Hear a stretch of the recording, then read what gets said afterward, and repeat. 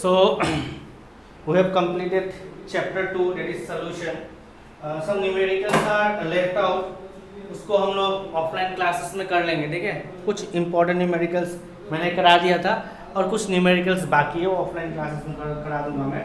आज हम लोग देखते हैं chapter 1, okay, that is solid state, okay, the solid state. Now see here we know we have three states of matter, generally three states of matter, fourth और fifth state भी होता है। so generally three state of matter क्या था हम लोग के पास, solid, liquid और gas, ठीक है, solid, liquid और gas। so liquid और gaseous state के बारे में हम लोग क्लास 11 में पढ़ लिए थे। अभी हम लोग ये solid state के बारे में पढ़ेंगे, डिटेल्स में पढ़ेंगे, ठीक है, थोड़ा बहुत डिटेल्स में, टोटल डिटेल्स में नहीं, थोड़ा बहुत डिटेल्स में हम लोग क्या पढ़ेंगे, सॉलिड स्टेट के बारे में, ये चैप्टर 1 में, ठीक है।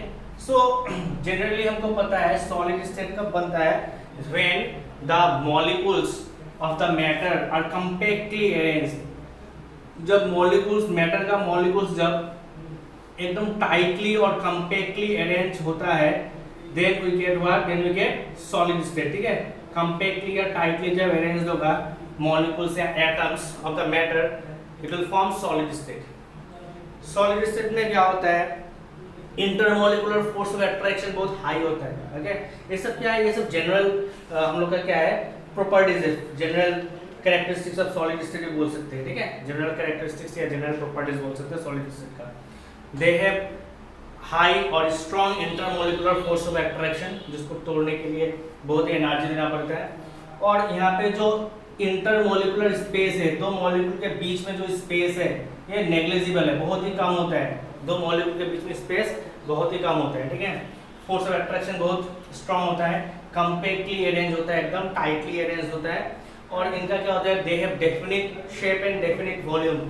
सॉलिड स्टेट का शेप भी डेफिनिट होता है, फिक्स होता है, और वॉल्यूम भी क्या होता है, फिक्स होता है, और मास भी फिक्स होता है। मास जो है, मास भी क्या होता है, फिक्स होता है, ठीक है। उसके बाद क्या है तुम्हारा यहाँ पे, ये इसमें एक प्रॉपर्टी आता है क्रिस्टलाइन, उसको बाद में देखेंगे हम लोग। सो यहाँ पे ये सब क्या है हम लोग के पास, और क्या है, दे आर इनकम्प्रेसिबल, कंप्रेस नहीं कर सकते, ठीक है, दे आर रिजिड। सो ये सब हम लोग क्लास 9 में पढ़े थे, जनरल जो प्रॉपर्टीज है सॉलिड स्टेट का, ठीक है। सो बस अभी ध्यान रखना है कि सॉलिड स्टेट कब बनेगा, जब मॉलिक्यूल्स कंपैक्टली या टाइटली अरेंज होगा। अब जो सॉलिड स्टेट है, सॉलिड स्टेट जो है, इसको हम लोग सॉलिड्स को जो हम लोग दो पार्ट में पहले क्लासिफाई कर सकते हैं। We can classify the solids into two parts, okay, into two groups. That is your number 1 is crystalline solid and number 2 is amorphous solid, ठीक है, crystalline solid and amorphous solid. ये दो groups में हम लोग सॉलिड स्टेट को divide कर सकते हैं, क्रिस्टलाइन सॉलिड और एक क्या है, एमॉर्फस सॉलिड, ठीक है। सो हम लोग बेसिकली इस चैप्टर में क्रिस्टलाइन सॉलिड के बारे में देखेंगे, will only study about crystalline solid, amorphous solid के बारे में हम लोग नहीं देखेंगे, ठीक है। अभी देखो क्रिस्टलाइन सॉलिड में क्या क्या होता है, एमॉर्फस सॉलिड में क्या होता है। जो क्रिस्टलाइन सॉलिड है, क्रिस्टलाइन सॉलिड का जो ज्योमेट्रिकल शेप है वो डेफिनिट होता है, डेफिनिट ज्योमेट्रिकल शेप। लेकिन एमॉर्फस सॉलिड का जो है शेप वो इरेगुलर होता है, डेफिनिट नहीं होता, इरेगुलर, ठीक है। उसके बाद जो मेल्टिंग पॉइंट है, क्रिस्टलाइन सॉलिड का मेल्टिंग पॉइंट शार्प होता है, मतलब एक पर्टिकुलर टेम्परेचर पे जाके ही मेल्ट करेगा। एमॉर्फस सॉलिड का ऐसा कोई भी फिक्स्ड टेम्परेचर नहीं होता है मेल्ट करने का, ठीक है। उसके बाद अगर क्रिस्टलाइन सॉलिड को नाइफ से अगर हम लोग कट करें, नाइफ से कट करें तो उसका एजेस निकलेगा, ठीक है, एज निकलता है। शार्प चीज से अगर हम लोग उसको तुम्हारा कट करें तो काट करने के बाद जो एज निकले, सपोज ये क्रिस्टल है, इसको अगर कट किए तो जो एज निकलेगा ये स्मूथ होगा, ठीक है। लेकिन ये जो हम लोग का एमॉर्फस सॉलिड में ऐसा कुछ नहीं होता, उसमें इरेगुलर शेप्स आता है, ठीक है, काटने के बाद। उसके बाद एक प्रॉपर्टी है एन आइसोट्रोपी, बहुत इंपॉर्टेंट है, मैं डेफिनेशंस बाद में भेज दूंगा, बस अभी देखो anisotropy, okay, ANISOTROPY, anisotropy. इसका मतलब क्या होता है, जो क्रिस्टलाइन सॉलिड है ना, क्रिस्टलाइन सॉलिड जो है, क्रिस्टलाइन सॉलिड में अगर हम लोग डिफरेंट साइड से या डिफरेंट एंगल से अगर कुछ फिजिकल प्रॉपर्टीज मेजर करें तो प्रॉपर्टी क्या होता है, फिजिकल प्रॉपर्टी डिफरेंट एंगल से डिफरेंट फिजिकल क्या होता है, फिजिकल प्रॉपर्टीज आता है।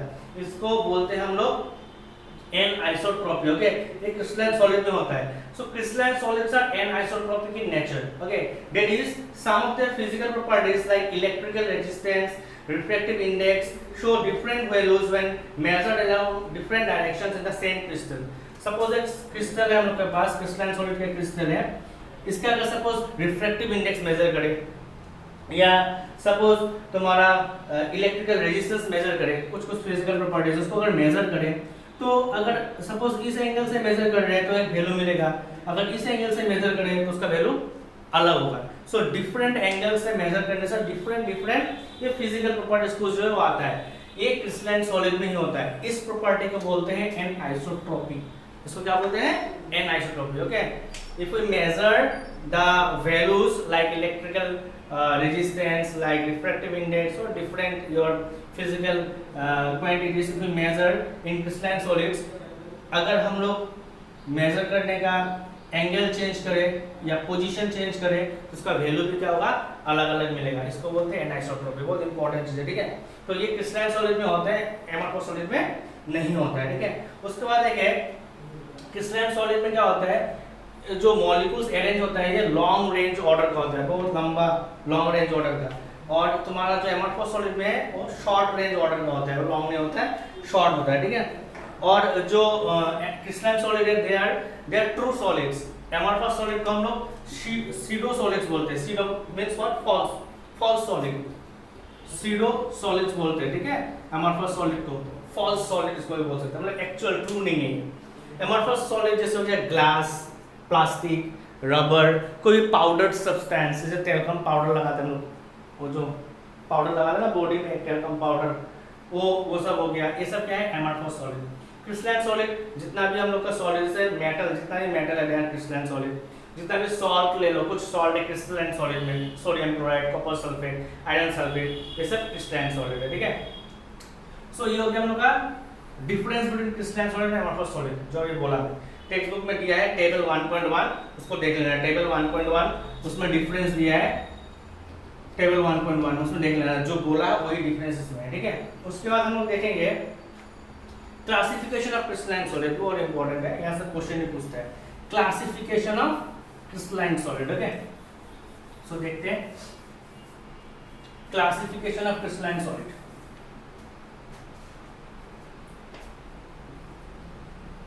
Classification of crystalline solid, okay. So crystalline solid are classified into 4 categories, okay. The first one is molecular solid. Molecular solid. Now molecular solid is divided into 3 parts, that is non-polar,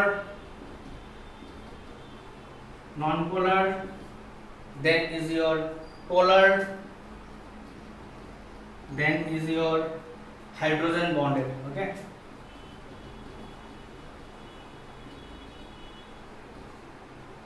Molecules. So ये हो गया हम लोग का molecular solid का 3 type, polar, non polar और hydrogen bonded. Non polar means what? Same atoms, जैसे हो गया आयोडीन, I2 जो बनेगा, I 2 एटम, सेम एटम है, इसमें कोई भी इलेक्ट्रोनेगेटिविटी डिफरेंस नहीं है। इलेक्ट्रोनेगेटिविटी डिफरेंस या इलेक्ट्रोनेगेटिव डिफरेंस अगर ना हो तो उसको बोलते हैं नॉन पोलर, और जिसमें इलेक्ट्रोनेगेटिव डिफरेंस आए 2 एटम के बीच में उसको बोलते हैं पोलर। तो क्लास 11 में भी देखे थे। सो नॉन पोलर I2 हो गया, Cl2 हो गया, ठीक है।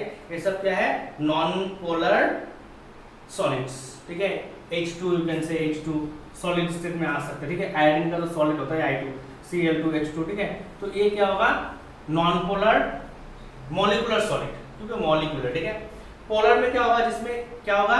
इलेक्ट्रोनेगेटिविटी डिफरेंस आएगा, उसको बोलते हैं पोलर मॉलिक्यूलर सॉलिड्स। जैसे हो गया हम लोग का SO2, NH3, ठीक है, एक्सेट्रा, ये सब क्या आएगा तुम्हारा? पोलर मॉलिक्यूलर सॉलिड्स में आएगा, ठीक है। HCl भी ले सकते हैं हम लोग, हाइड्रोक्लोरिक एसिड, ठीक है। सो ये सब हो गया तुम्हारा polar molecular solid. Hydrogen bond है, जिसमें हाइड्रोजन बॉन्ड होगा, तो हाइड्रोजन बॉन्ड में क्या क्या हो सकता है? वाटर हो सकता है, hydrogen bonded, best example H2O, this is hydrogen bonded molecular solid. So molecular solid का 3 पार्ट है, non polar, polar, hydrogen polar. Okay, next number 2 is your ionic solid.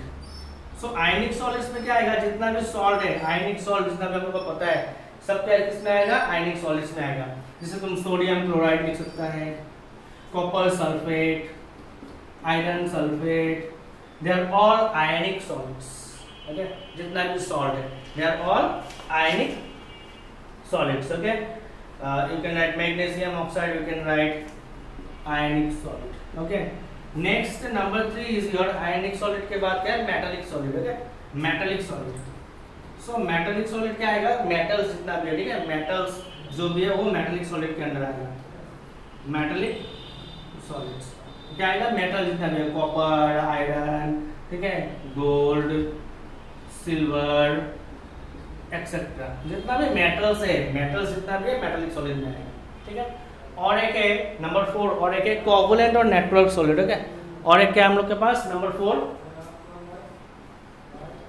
Covalent. Okay, covalent और network solids, और network solids.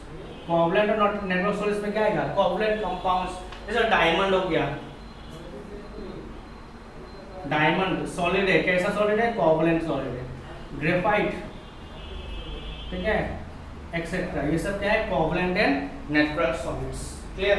सो ये हो गया हमारा classification of what, crystalline solids. बहुत important है क्लासिफिकेशन ऑफ क्रिस्टलाइन सॉलिड्स का। हर एक का एग्जांपल याद रखना है, एग्जाम में पूछता है, ऐसे लिख सकते हैं, give one example of non polar molecular solid, तो यहां से लिख सकते हैं, give one example of polar molecular solid, यहां से लिख सकते हैं। ठीक है, ऐसे एग्जांपल पूछते हैं, बहुत इंपॉर्टेंट है। Okay, clear. अभी जो आयनिक सॉलिड्स है, आयनिक सॉलिड्स या आयनिक कंपाउंड्स बोल सकते हैं, हम लोग क्लास में 10 में पढ़े थे। आयनिक सॉलिड्स का प्रॉपर्टीज क्या होता है, they have high melting and boiling point, उसके बाद they are good conductor of electricity in modern state and they are soluble in water. ठीक है, इस टाइप का, तो ये सब का क्वेश्चन भी दे सकता है। जैसे पूछ सकता है why the melting and boiling point, why the melting point of boiling point नहीं, why the melting point of ionic solids are high, क्यों, because they have strong force of attraction between the oppositely charged ions। बोल सकते हैं why ionic compounds are solid, same because they have strong intermolecular force of attraction between the oppositely charged ions। ठीक है, इस type का questions पूछ सकते हैं। तो ये हो गया हम लोग का क्लासिफिकेशन ऑफ क्रिस्टलाइन सॉलिड के बारे में। ठीक है, अभी जो नेक्स्ट है, ये क्रिस्टलाइन सॉलिड के बारे में जब पढ़ेंगे तो ये क्रिस्टलाइन सॉलिड बनता कैसे, ठीक है, कैसे बनता है क्रिस्टलाइन सॉलिड, या क्रिस्टलाइन सॉलिड अगर बोले, जैसे सोडियम क्लोराइड ही हो गया क्रिस्टलाइन सॉलिड है, कॉपर सल्फेट ही हो गया क्रिस्टलाइन सॉलिड है। ठीक है, तो ये क्रिस्टलाइन सॉलिड बनता कैसे, तो ये कैसे बनता है, देखो क्रिस्टलाइन सॉलिड अगर हम लोग 3D स्पेस में, ठीक है, 3D स्पेस में अगर हम लोग पॉइंट्स लगाए, सपोज ये एक पॉइंट है, ठीक है, ये एक पॉइंट है, ये एक पॉइंट है, ये एक पॉइंट है, सपोज अगर पॉइंट हम लोग अरेंज करें, एक पॉइंट, ये एक पॉइंट, ठीक है, ऐसा अगर पॉइंट अरेंज करें, इस पॉइंट्स को अगर ज्वाइन कर दिया जाए, ठीक है ना, इस पॉइंट्स को अगर क्या कर दिया जाए, ज्वाइन कर दिया जाए अगर इस पॉइंट्स को, ठीक है, इस पॉइंट्स को अगर ऐसे करके ज्वाइन कर दिया जाए, ठीक है, ज्वाइन अगर कर दिया जाए, फिर ऐसे ही इधर से, ठीक है, इधर से ऐसे करके ज्वाइन कर करके अगर बनाया जाए, ठीक है, ये पॉइंट्स, मतलब ये पॉइंट्स, डॉट पॉइंट्स, ये डॉट पॉइंट्स को बोला जाता है लेटिस। ठीक है, लेटिस पॉइंट्स बोला जाता है, या मोटिव्स भी बोला जाता है। ठीक है, मोटिव्स। सो ये लेटिस पॉइंट्स या मोटिव्स एक्चुअली होता है क्या, एटम्स। ठीक है, एटम्स या मॉलिक्यूल्स जो हो गया वो लेटिस पॉइंट या मोटिव्स होता है। सो ये लेटिस पॉइंट्स या जो एटम्स है उसी को लेटिस पॉइंट बोला जाता है या मोटिव्स बोला जाता है। इसको जब हम लोग ज्वाइन करेंगे ना 3D स्पेस में, जब ज्वाइन करेंगे तो एक स्ट्रक्चर मिलेगा हम लोग को। कैसा, कुछ ऐसा स्ट्रक्चर मिलेगा, देखो ये टेक्स्ट बुक में दिया है, कुछ ऐसा स्ट्रक्चर मिलेगा। ठीक है, कुछ ऐसा स्ट्रक्चर मिलेगा। ये देखो यहाँ पे जो डॉट्स है ना, ये डॉट्स, ये पॉइंट्स, ये डॉट्स, ठीक है, ये डॉट्स को जब हम लोग ज्वाइन करेंगे तो कुछ ऐसा स्ट्रक्चर मिलेगा इन 3 डायमेंशनल स्ट्रक्चर।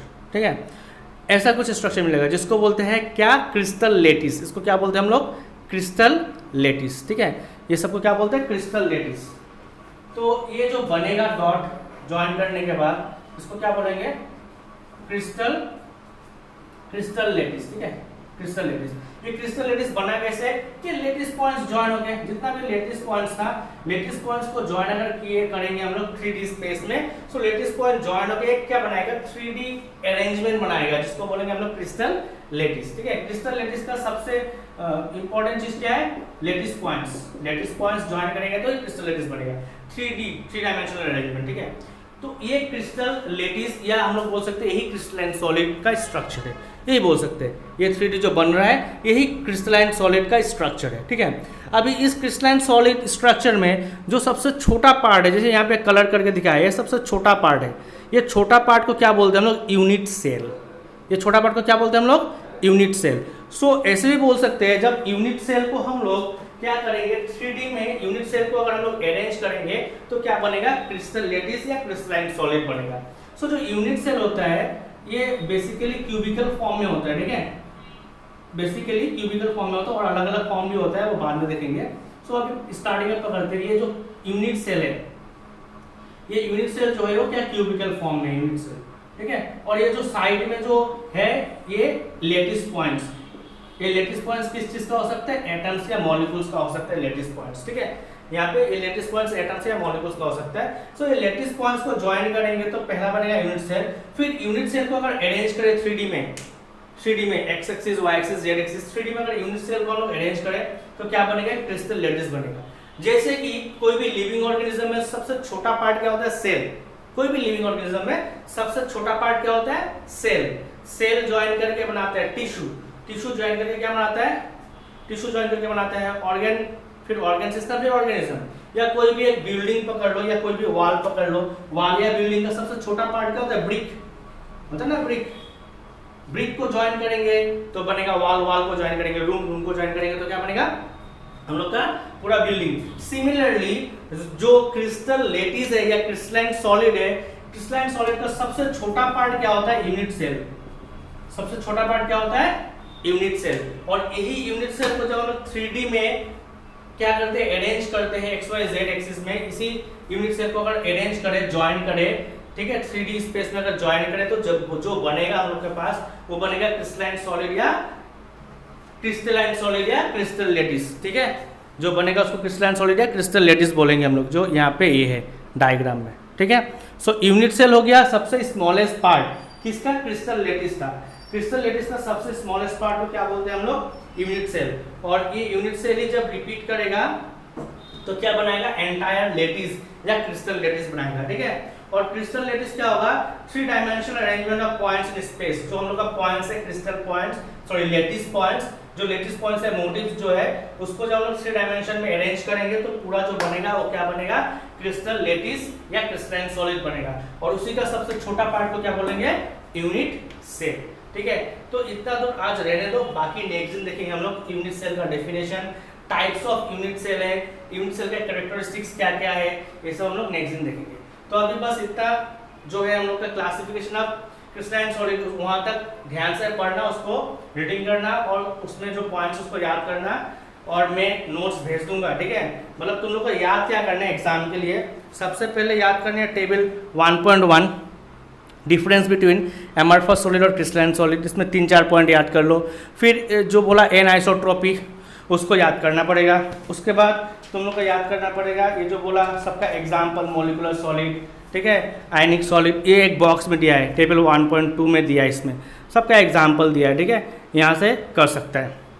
उसके बाद उसको रीडिंग करके रखना, नोट्स भेज दूंगा। उसके बाद हम लोग नेक्स्ट दिन देखेंगे ये यूनिट सेल के बारे में, ठीक है।